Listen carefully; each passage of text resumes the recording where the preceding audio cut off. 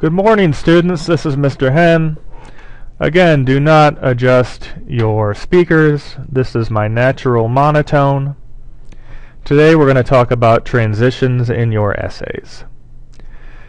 Transitions are situational. How you move from one part of an essay, generally one paragraph, to another, depends on context and how you choose to structure your argument. Really good transitions are not awkward and do not appear to be a break in the action where one essentially says, I just talked about that, now I'm going to talk about this. Great transitions are more subtle than that.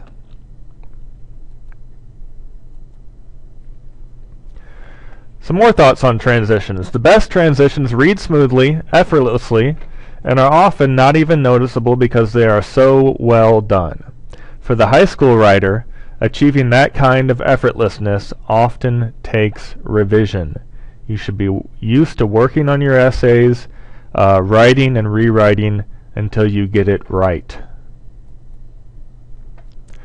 We're going to look at a student essay to see how a high school student managed transitions from paragraph to paragraph within his paper, that should be. While our analysis of his transitions will not cover all possibilities for transitions, it'll give us a pretty good idea for some options we have. Give us a sense of how it's done. Your teacher should have handouts for class. If you do not have the handouts from class and you're looking at this at home, screenshots of the essay will be posted to the Learnist board after this tutorial is posted to the Learnist board, so they should be up there shortly. Look for them. Okay, we'll call our student Student X. Student X wrote an essay called Diet Pills, Get Fit, Quick Gimmicks, and Obesity in America. Teachers, this would be a good place to hand out the sample student essay and to pause and give your students maybe 5 or 10 minutes to look over the essay.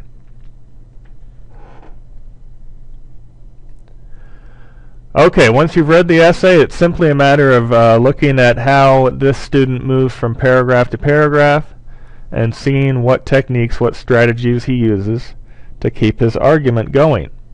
So, from the intro paragraph to paragraph 2, student X wants to move from the topic in general to a specific example. So he follows the end of the first paragraph, which reads, the people of America need to take greater action in avoiding these scams and promoting legitimate ways to overcome obesity and be healthy, with the next topic sentence. One diet pill that I remember especially well is lipozene, moving from the general to the specific example that relates. That's a good transition. Let's look at another.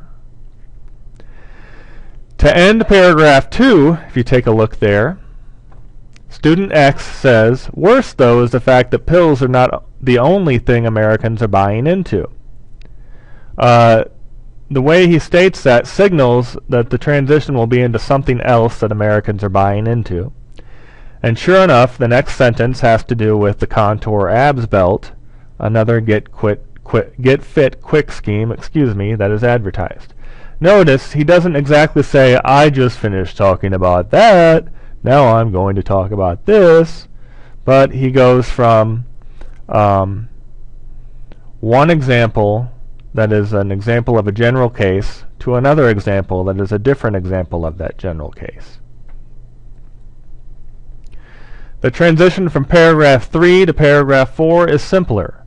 Student X has more to say about his argument. He has more he wants to add. So he follows some specific information about commercials with the opening word, furthermore, in paragraph 4. That's all there is to the transition there. He's indicating that he has more to say. And in some cases, that's enough.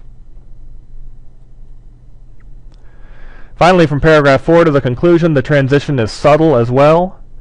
Student X wants to wrap up his argument. He transitions quite smoothly from a mention of the banned ingredient ephedra to noting that these scams in general are not only expensive, but dangerous.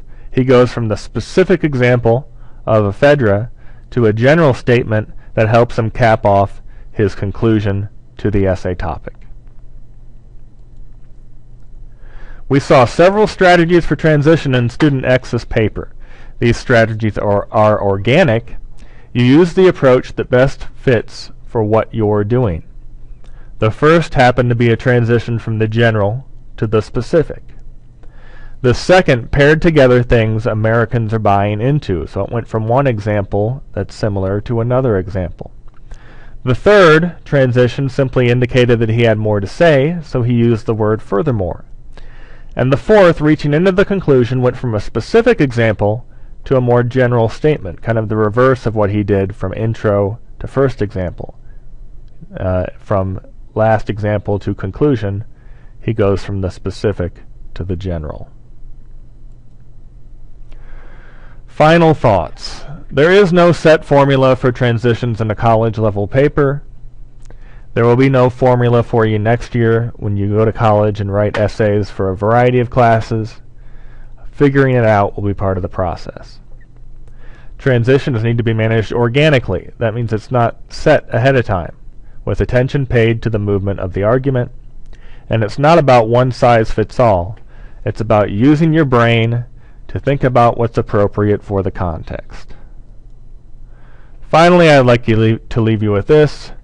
My favorite quote ever from George Orwell: "If you cannot think well, others will do your thinking for you." And I just wanted to remind you that writing well is one way of thinking well. Good thinking skills will serve you well in college and beyond, and not only if you're an English major. Thanks a lot. Have a good afternoon.